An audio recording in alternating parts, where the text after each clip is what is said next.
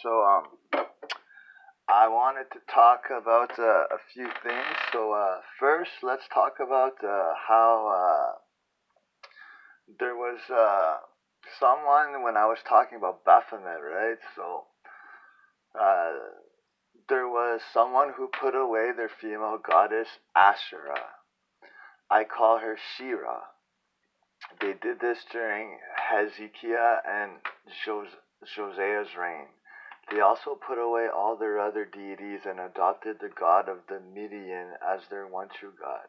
Years later, Levi reinvented Asherah as the Baphomet. However, Baphomet is like the dark alter ego of Asherah, not Asherah at all. They gave their mother a letter of divorce and adopted the idol in its place. Their only one more fictitious idol, Azazel, explained how a sacrificial goat became a fallen angel, one of Samyaza's buddies from Mount Hermon. Mount Hermon, right? If we talk about that, we start talking about manna, and we start talking about where that pyramid might have actually been found, and what it was a gold lab, monoatomic gold lab. That the legend goes that it can make things lighter than air, or heavier, or all of this type of stuff.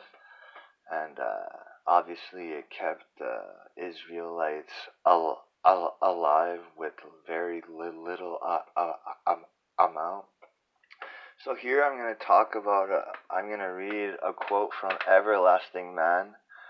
It's the book from 1925. It's a fiction, but it's talking about real stuff, right? So, in the previous chapter, I have hinted at something of the psychology that lies behind a certain type of religion.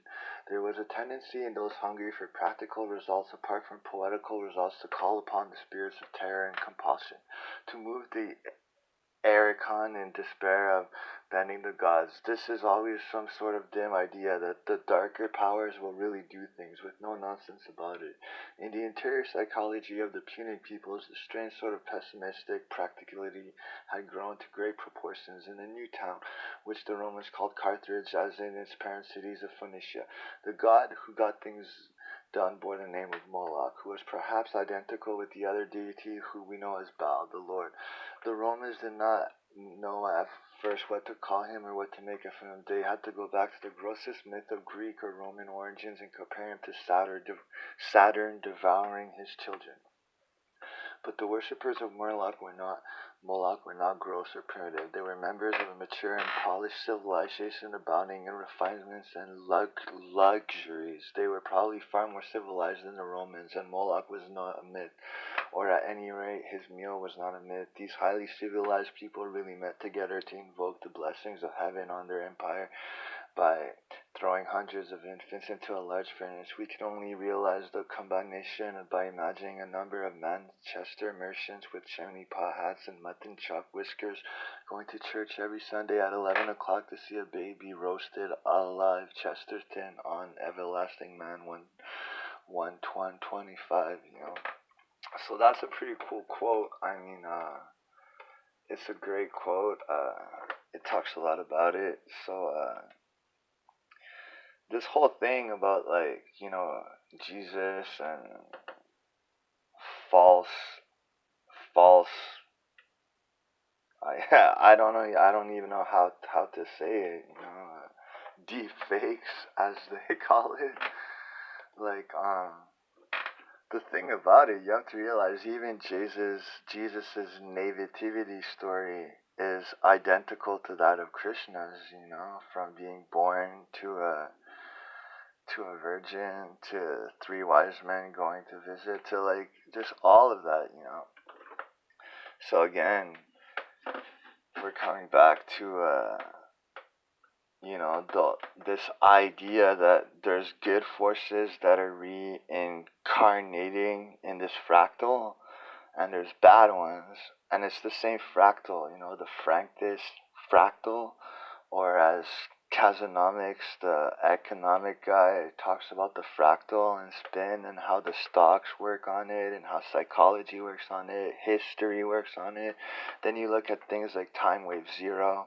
Now, time wave zero is weird, right? Because it's kind of debunked. Terrence is an Esalen guy. He admitted to being a CIA guy, but he was the leader of the Golden Dawn, and he still had a good heart. You like could tell, but he thought he was a schizophrenic, and even his brother Dennis said that he stopped doing drugs way before he stopped talking about that. And the thing about Terrence is that sometimes he could talk in backwards meaning. So when you watch the Time Wave Zero clip, he says this is the only original idea he's ever come up with, which I take that to mean it's the only non-original. And then he proceeds to say, and everything else is just Plato and na. So I think what he's saying is that the establishment created Time Wave Zero, like, more than he did, right? And he was just like a poet to bring that to the forefront, which brings us to the Mayans. And the Mayans did something interesting. They would get their victims high, and then they would sacrifice them and drink that blood to get even higher. And then you start to wonder why all the Rothschilds and stuff, like, are really into the science of psychedelics and stuff like that. And, like, just finding new plants. And you hear about the old tales of drugging, the visiting, the passing by merchants of China, and, you know, killing them and doing the same thing. And it's every culture, even China, which writes of when Jacob Frank had his Dr. Samuel Falk, he infiltrated all of the church, and China started to write, the missionaries started to write how the Catholics, you can't trust them, they make potions from our children, blah, blah, blah, you know. And a lot of folks just write that off as the old folks being racist, but I mean, come on. And we all know that all of these third world foundations and just all this kind of outreach is crime, right? Like, crime is going on. We all know that. So, like, this, you have to think about all those things before you start trying to fight on one side or one gang, because it's all the same thing, you know. And it's, now let's talk about the drum part that I missed. So I was really looking into what Steve Lehman said about homeostasis, and then I realized that it's all about the order in which you calibrate it.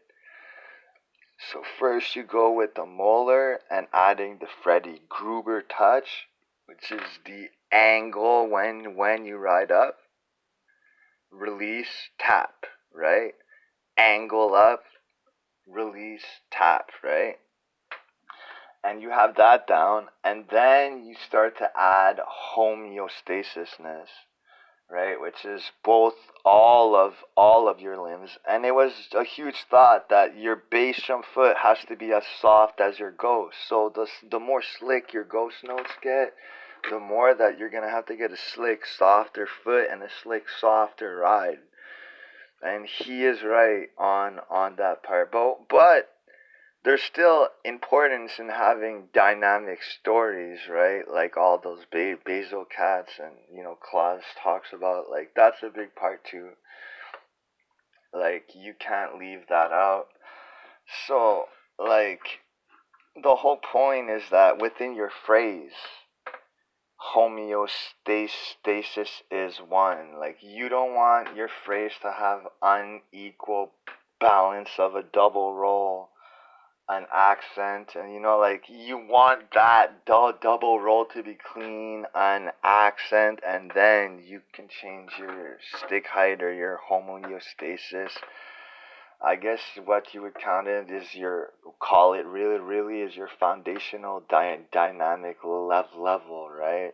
And your velocity train strokes, which, is the actual dance, which we talked about, which is not trying to hit so fast that you hit even faster than what you're playing, because that ends up having a harsh tone and it doesn't sound like popcorn, but butter.